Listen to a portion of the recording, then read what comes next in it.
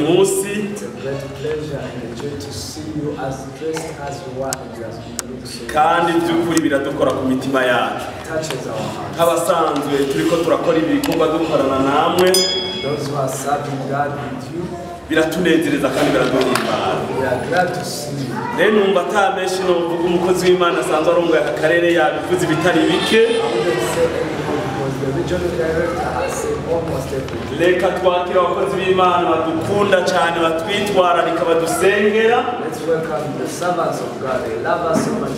Ari nabo batumye aka karyo tuba turi ngaha nk'uku. It is from them that we have been able to gather like this. Bahaguruke twabwire mu izina rya Yesu Kristo dukomera amashyi menshi Imana.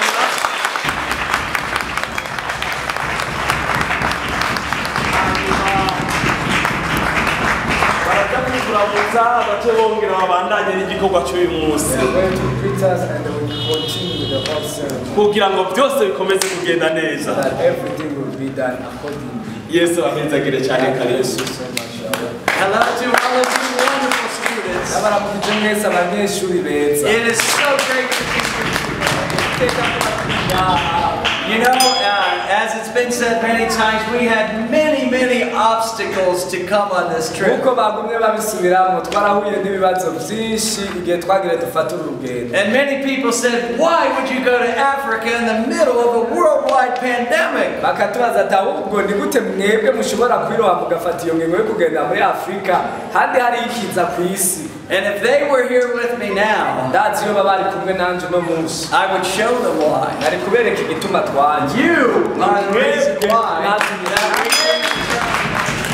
I want to take just a moment to thank Pastor Joel, our regional representative, if he would stand right Reka now. Joel, Pastor Joel Just stand right now. Twagire tumushimira ahagaze. I just want to thank you personally. I know you've done a good work. Nagenda gushimire kuko ndazi igikorwa ukora si igikorwa I gisanzwe. remember back in the days of the facilitator training. Ndibuka cyangiye twariko turagira inyigisho z'abafasha nyigisho. It seemed like there could be many obstacles to get a class to this point.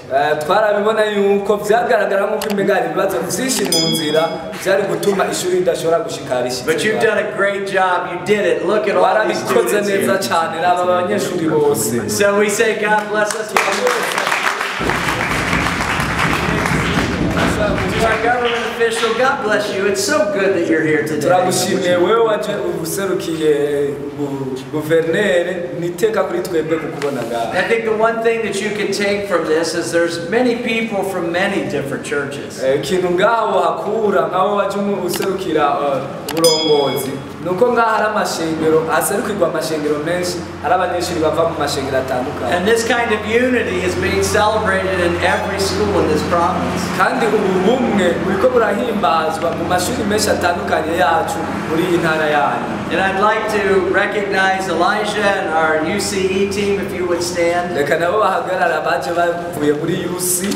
Elijah, what you people have to understand Ikintu mukwiye gutahura abantu muri ngaha is that the office in Glossy works night and day to make these things happen. nuko biro iri Ngozi y'iri shuri ikora ijoro n'umurango kugira ngo ibi bintu bishoboke. And I bring you greetings from Isaiah, the leader of the ministry of UCE today. Mbere ndabazaniye intasho za Isayi ari warongoye uwo mugwi wa UC. And he would be here, but he's in Ryugi doing more graduations. Yari nawe nyene yari kuba ari ngaha mugari mu Ruyigi ariko akorera ibikorwa nyene. Over these last days, we are graduating 766 students in the Bible school this week. Kuko indwi yonyene tuzotanga impamyabushobozi duha abanyeshuri amajana 776. And so we're proud of you. Congratulations. Namwebwe turabakeje kuri mumererwe neza. And now let me introduce our guests. Reka rero ndabamenyesha abandi bantu turi kumwe. This is no guest. My wife says this is my wife. She said it might be a good idea to introduce yourself. So I'm Dr. Dwight Bennett. I'm a pastor in Columbus, Ohio. And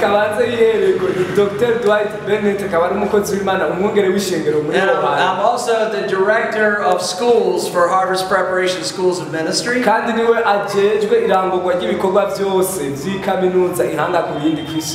I serve as the vice president.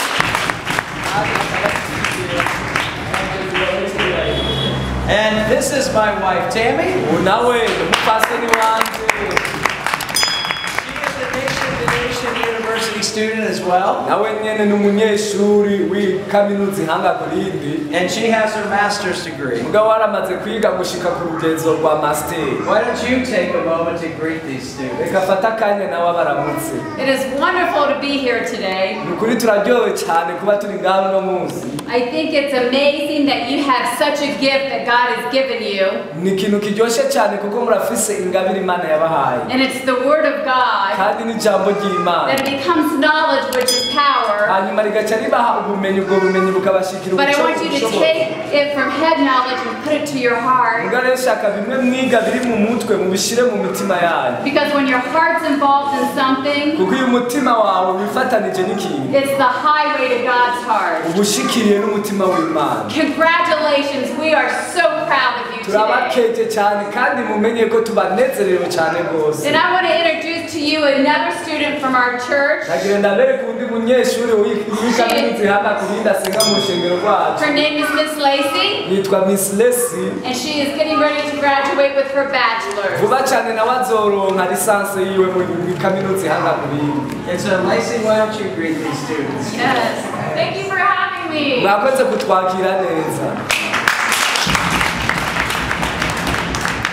I'm so excited to be here. It's an honor to celebrate with you. And like Pastor Tammy said, I know how good this information is that you learned. I learned the exact same thing. And it changed my life.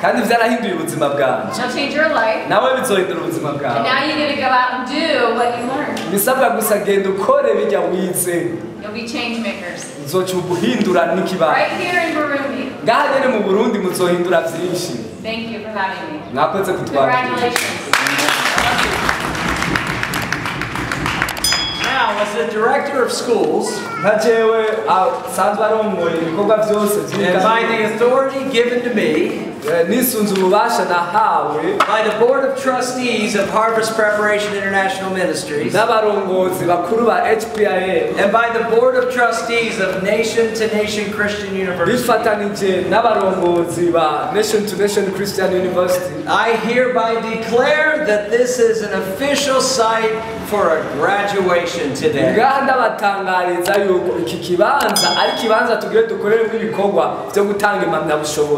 And upon my recommendation, and the recommendation of the faculty of Nation to Nation Christian University,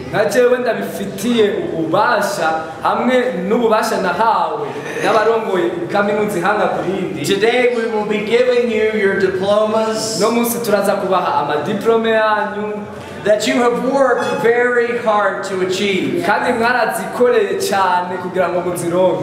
semesters of work covering 83 hours of instruction.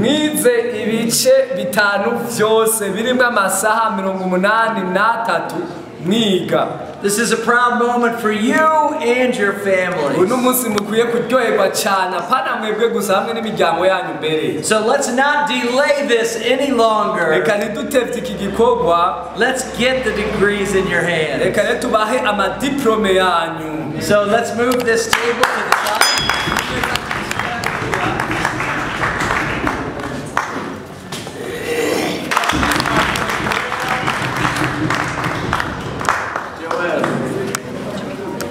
Congratulations. Bernard Duayo. Together.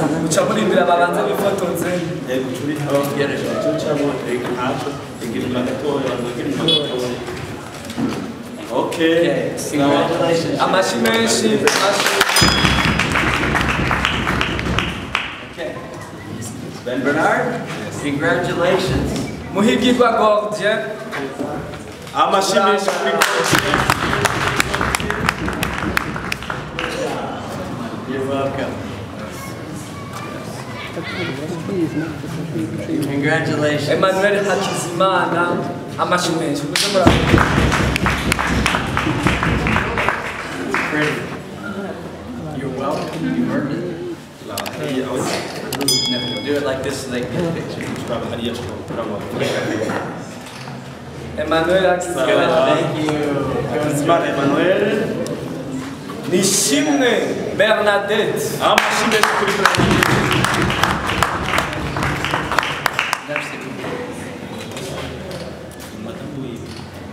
Okay, good. Good job. Oh, come. Okay, we'll get a picture of you together.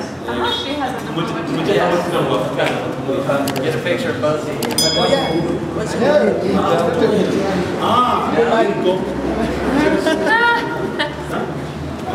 This is his one. Wrong. Yeah, it's a big problem. Congratulations. We already did, John. Hossein. Okay. Good. We got it. Good. Good. Kana mugire. Kabizi Ferdinand. Sawa.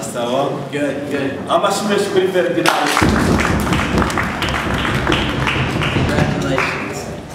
Niyonginzo Paul. Kuri Paul, amashimeshi kuri Paul.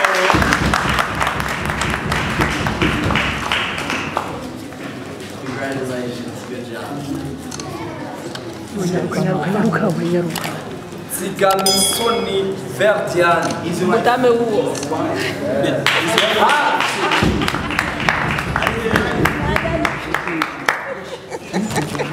Why don't we have the students walk around? Just go around the cameras and stuff. Abanyeshuri buje gusoma ikizunguruka kugira ngo duce hagati mu biganza. Let's get a picture of both of them. Bazi baracahari.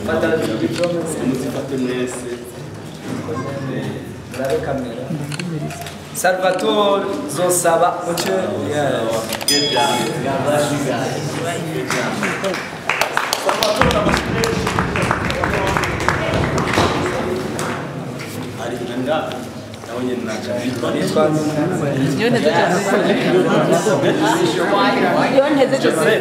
Josette Niyonteze.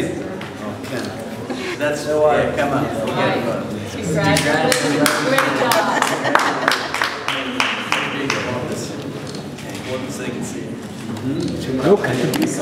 Joel Nyabenda. Good job. Joel Nyabenda wa kabiri.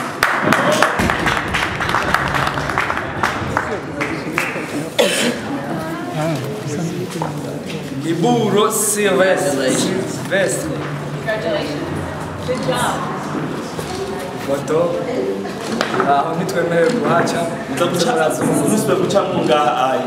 Muze murazunguruka gutya mucaha ayi. Good job. Sylvestre Miburo. Rukundo Pascal. Pascal amashimeshi kuri Pascal.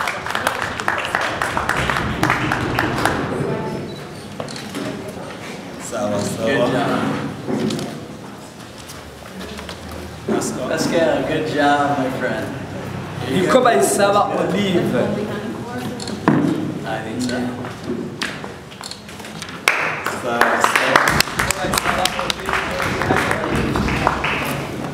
Congratulations. Kashaka Alice. Congratulations. Good job. Kashaka Alice. Very nice job. Good job. Congratulations. Look at you. Yes, say fromage. Ngera mutabara.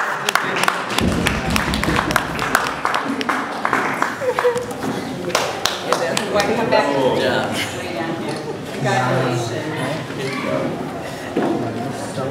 Isaac Manirakiza.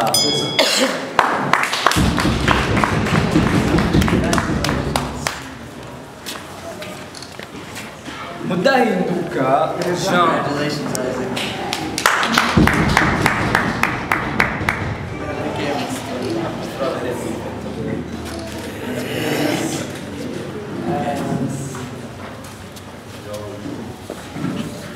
Nizigama Jean-Pierre.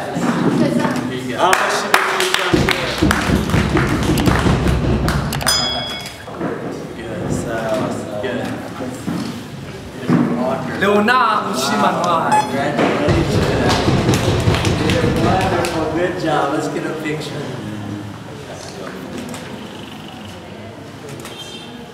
Good job. Leonard, good job. Good job. Congratulations.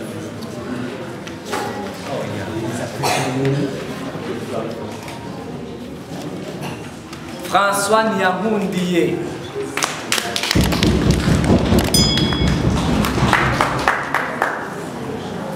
Good job. Congratulations. Madamu wiwe. Okay. Pascal Sinzingayo.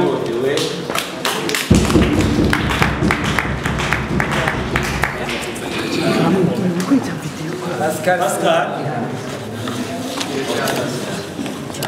Butoy Gabriel.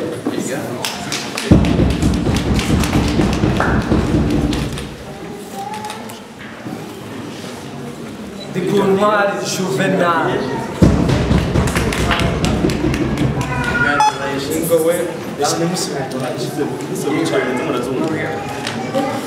Gabriel's wife. Yes. Madame Oye.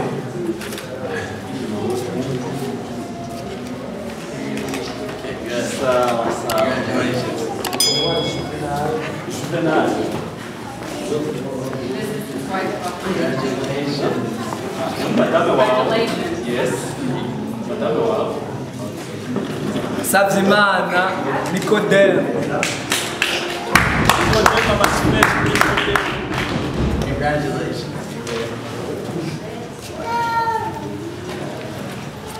Congratulations. Congratulations. Great job. Mark Naohorahino.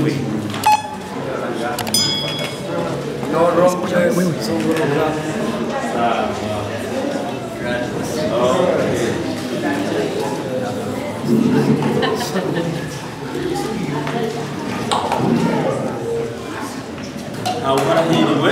Kavakure Joseph.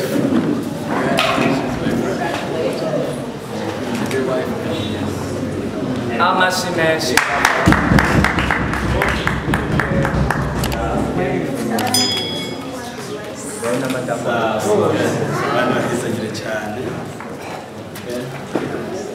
Machumi Severin. Congratulations.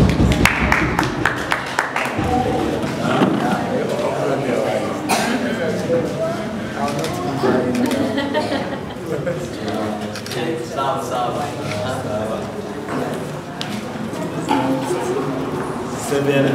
Butoy Jean-Baptiste. Congratulations.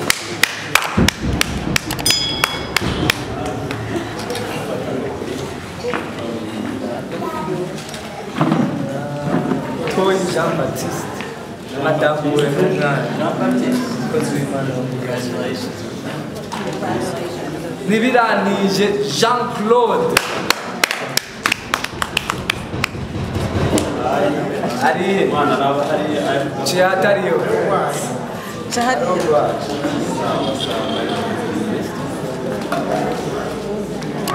Pierre Nirameba.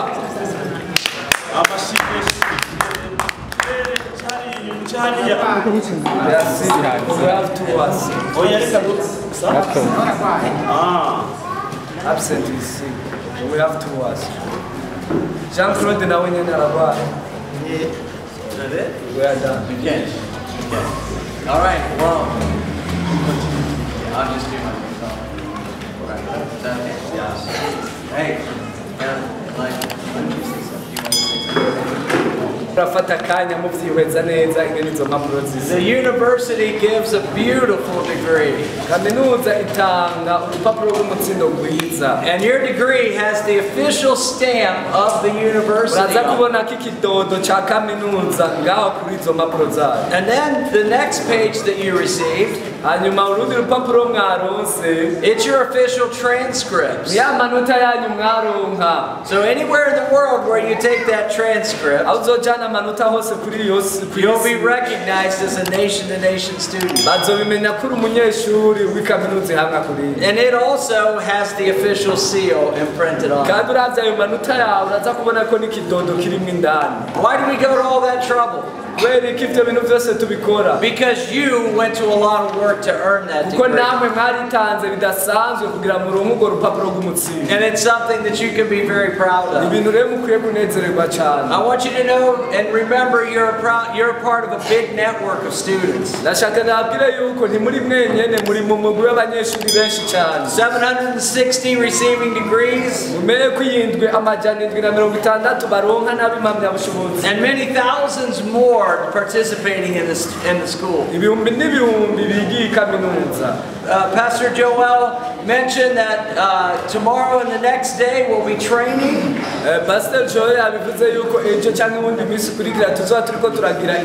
Other people from this province who are coming to start schools. But you're the first in this province to have graduated. So you should give yourself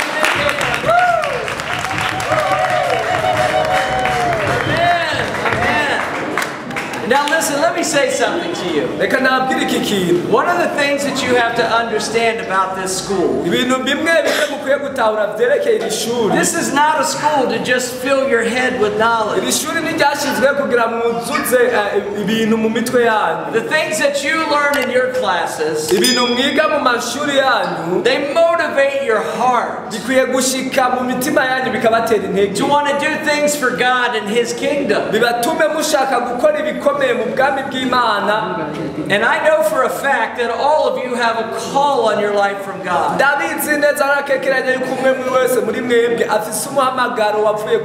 This is how special you are to God. The Bible says He knew you when you were in your mother's womb. And He knew this day you would be receiving your congratulations. Now listen, this is a special day. And I am so glad that your facilitators said that when you leave here, you're going to go have a celebration together.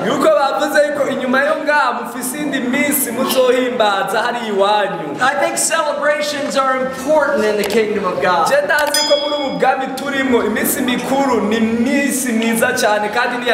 As a matter of fact, I think God's celebrating with you today. Today's a special day. It's a day that you maybe a couple months ago when you started thought, am I ever going to make it here? Many of you had many worries and stresses of, wow, can I really make it?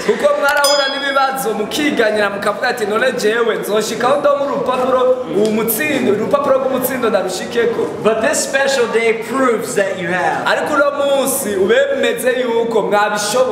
This is a special day that you've got to see God make the provision for you to do this school. This is a special day because you've got to see God impart wisdom into your life. This is a special day to begin to dream. You've made it to this point, and that is to be celebrated and acknowledged. But I don't want this to be the end for you. I want you to prepare for the next 5 semesters to get your bachelor's degree. How many of you are going to continue on? bazoguma biga. If you didn't raise your hand, abatadugije ibiganza, you're going to stay? Yes, you're going to stay. And I want you to make a commitment together shaka ahubwo muba abantu biyemeza to make it happen again. mwiyemeze kuzobishikako navyo. I'm really blessed by the testimony of you sharing your resources for one of your classmates. hari ikintu cyane intege numvise yuko ari undi munyeshuri mwafashije kugira abandanye yiga. That says that the things you're learning are really working. ivyo rero bisigura yuko muriko murashira mu ngiro ivyo mwize. This is a special day to dream about what you can accomplish for God. uno musi mwiza mukwiye kurota ivyo mwokora mu bwami bw'Imana. And like Joseph, when he had his dream, nkuko Yosefu nawe yari afise indoto, he had many obstacles until he got to the place of that dream. nawe nyene yari afise ibibazo yahuye navyo gushika aho yashitse ku ndoto yiwe. And I want to encourage you not to allow any obstacles to stand in your way. mbere nshaka ndabatera intege nimwemere yuko ibibazo bibahagarika mu rugendo. And commit yourselves that you are going to honor God in everything you do. ahubwo mwuba ahantu muvuga yuko muzohesha Imana icubahiro mu bintu vyose. And lastly, this is a special day of empowerment. mbere icyanyuma ubu n'umunsi wo gukomezwa.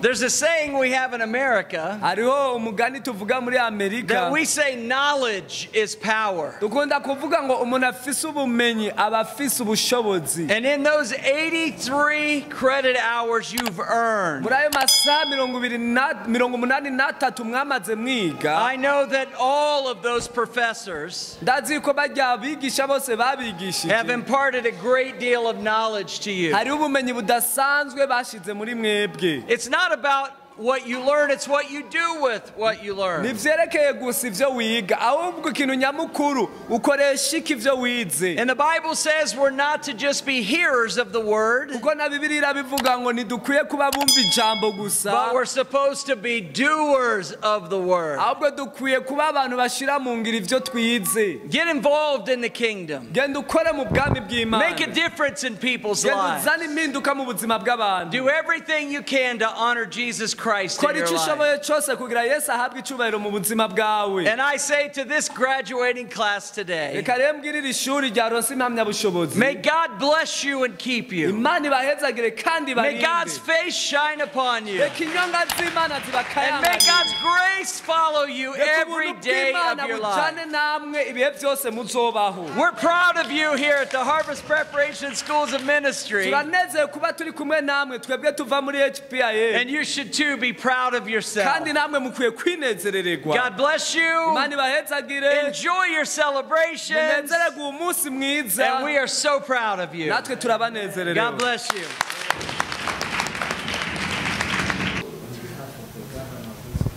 no ku izina ryanje nyene ko murazi mu rwego rw'intwaro buramatari n'umuvyeyi w'intara, ariko natwe mu rundi ruhande jewe ndi umuhungu we w'imfura.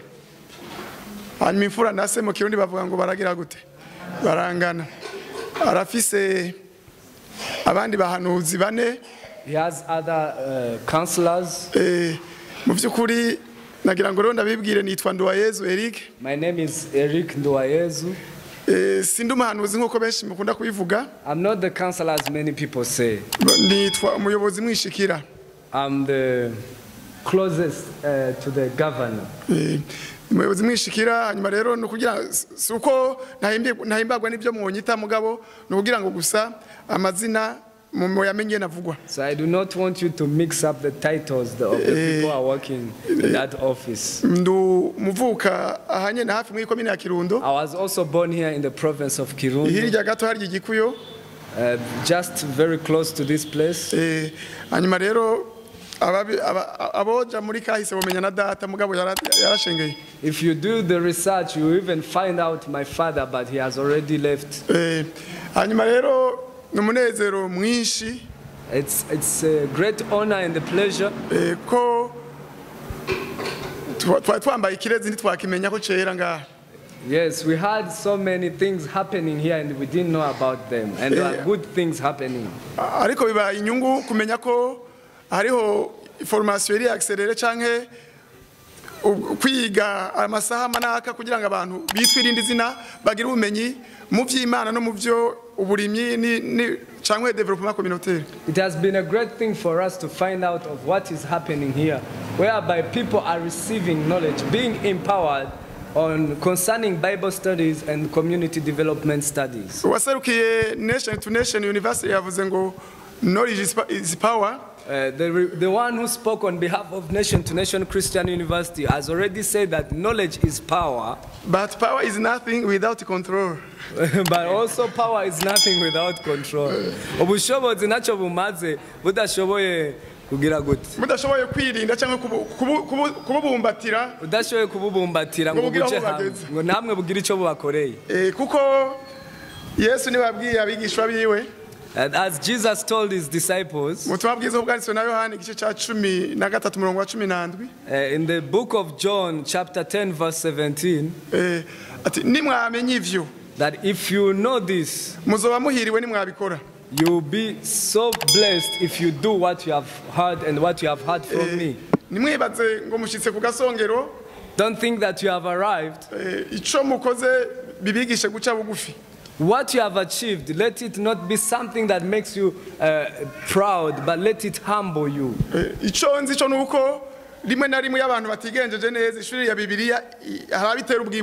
And sometimes when people attend Bible studies, they become proud people in the community. When a preacher comes to the front to preach, they start criticizing him, saying that for us, that's not how they taught us at Nation to Nation.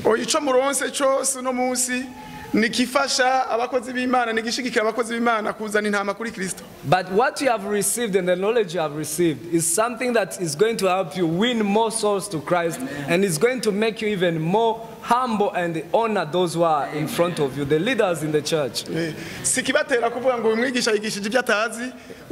It will not make you to criticize and dislike whatever other people are preaching about. Let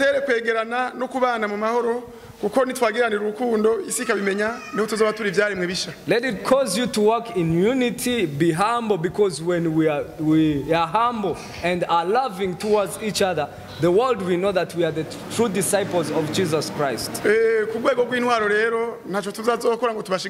On behalf of the government, we will leave no stone unturned just to see that you succeed. If you want to continue studying overnight, we'll be here ensuring that you are secure as long as you make it known to us. Igihambaye ni ukuvugana mukatubwira muti no munsi turamara umwanya utari muto ngaha ibisigaye ntangwane muzogira amahoro dufise mu ntara yacu ya Kirundo muyabyaza umusaruro mukongera ubumenyi. What is important is for you to tell us that we are going to study overnight. As long as you make it known to us, we will ensure your security. Hanyuma byose ababigora bakaguruka bakava hirya mu bihugu byo mu burengero bazanywe umwete ubutame bwabo ntibuze bw'ubusa muzobasengere. So that the sacrifices these have made will not be in vain. Pray for them and also show your support towards them. Namwe mwisengere kugira ngo nimwamara kwigisha abandi kubyo mukuye hano ntimuzoboneke ko mutemewe. Also make sure that you pray for yourselves so that you will not be seen as not effective after learning. Sinagomba rero kubarambira mu majambo twarugukengurukira Imana cyane cyane. I was just here to thank God mainly. Dukengurukira na leta mvyeyi leta nkozi. With also thanking the government. Uburundi ni bwiza. Burundi is a beautiful country. Uburundi bukamwa amahoro. Burundi is a country of peace. Kandi abarundi n'abantu b'imico myiza. And Burundians are people who have a good culture. Muze murabwira abandi muti hano hari ishure ryungura ubumenyi. None rero muri hurumbe cyatunejeje kurushaho nuko mutagira muti nabo mwishengero rinaka wowe wese yumva bimushobokeye araha uburenganzira. We appreciate the fact that you did not put barriers, but you opened the doors for all the church members from any denomination to participate in these courses. That is something that has touched our heart. Dear leaders of the church, be blessed so much. For next time, you are welcome once again. Thank you, God bless you too. Thank you.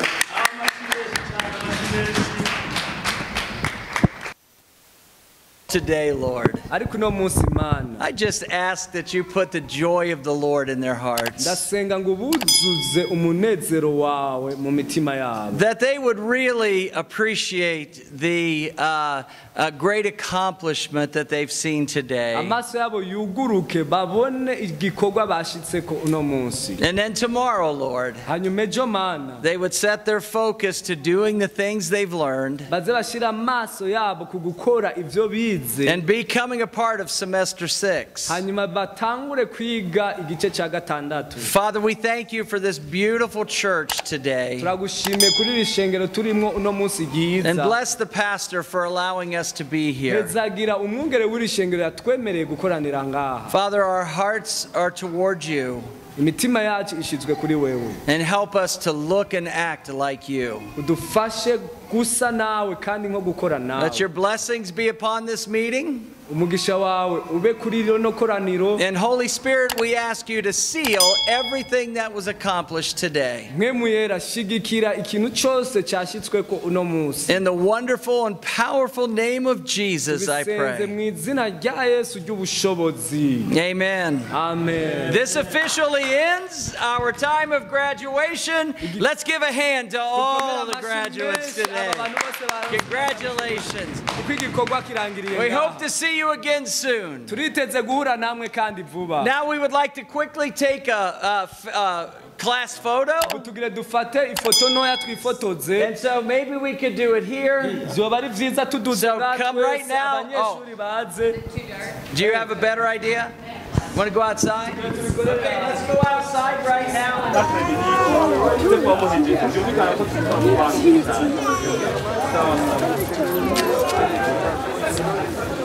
Okay.